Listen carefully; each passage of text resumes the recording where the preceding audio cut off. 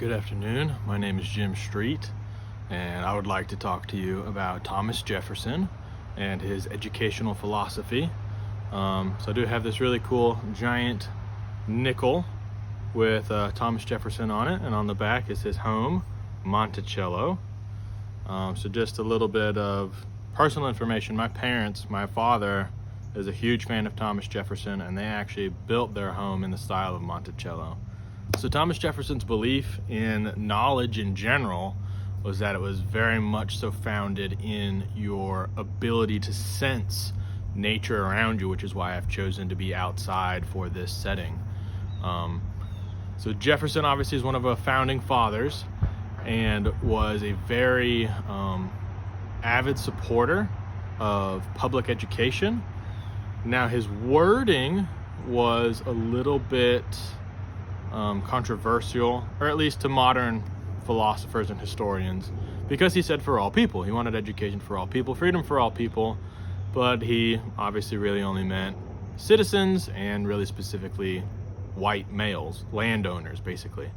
So when we look back at what he did and what he said, you do have to keep in mind the perspective and the overall understanding that people of his era, what they were saying, what they lived in, their European lifestyle basically. In our textbook, Smith talks about how Jefferson really wanted to establish a public education for the Commonwealth of Virginia, and he tried many times. I think it was about 18 years he kept trying to pass these different bills so that public education for citizens of Virginia could be established.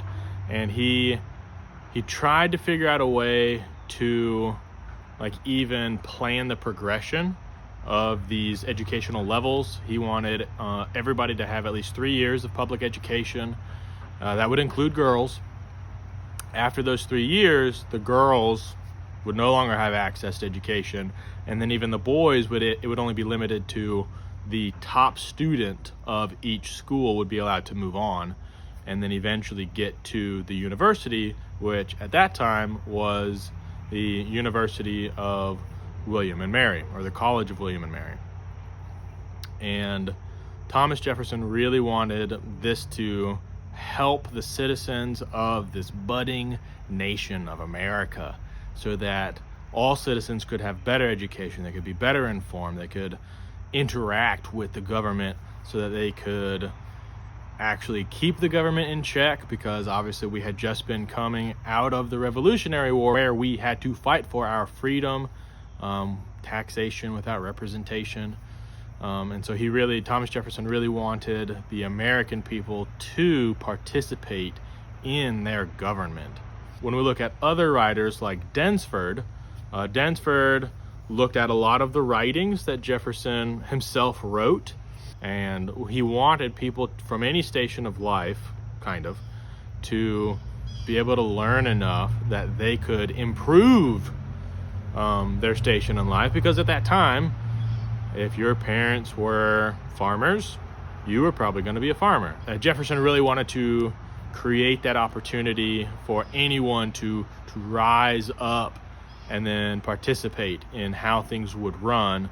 But in his idea of education, he also wanted there to be the foundations of morality, so that if you did keep going and you did get into the governmental area, that arena, that you would still have the morality to keep everyone in line and to make your own decisions based off of what's right and what's wrong and what's best for all people. Unfortunately, Jefferson was trying to change the education system that he knew from the bottom up, and it didn't work.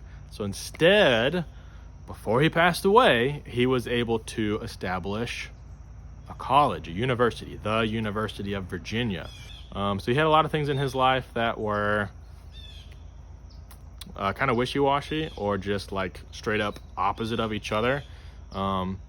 Education, for the most part, was not one of those. He really wanted people to be educated so that they could better themselves, they could pursue happiness, so they could participate in government. And he tried really hard. Thank you.